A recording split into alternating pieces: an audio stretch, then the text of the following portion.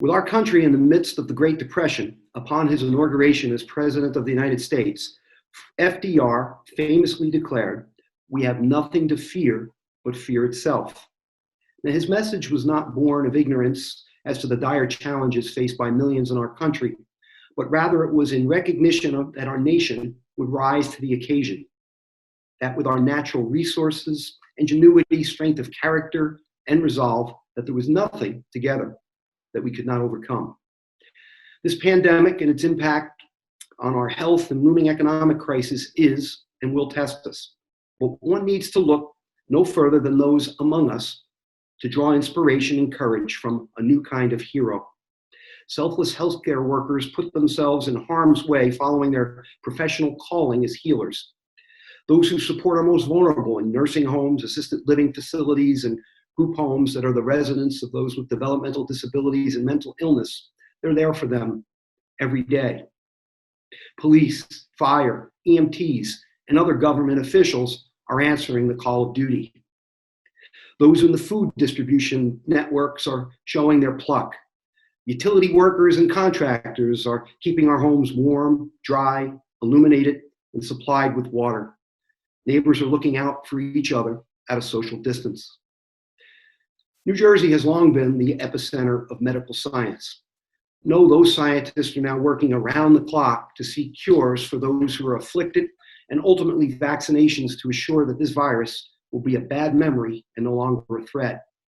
The worlds of finance and government are partnering to help us absorb the economic impact and be positioned to return to prosperity. There can be no doubt our state and nation will meet the challenge. Now, I much appreciate the strong and steady hand of Governor Murphy in leading us through this crisis, and would like to thank all of the legislative staff that has helped us in the Assembly and the Senate reach out to our constituents and hopefully be helpful. I particularly like to note my own staff members, Alex Kaiser and Claire Anderson, for fielding calls and posting related information relating to the needs of our constituency. In that sense, if you'd like to reach out to our offices, please call us at the number or get in touch with us at the email listed below, and we'll do our best. Now, I know that I'm striking an optimistic tone, but I'm certainly mindful, as we all must be, of those who are seriously ill, and certainly of those souls who have perished, and for the sadness of their families. Let's keep them all in our thoughts and prayers.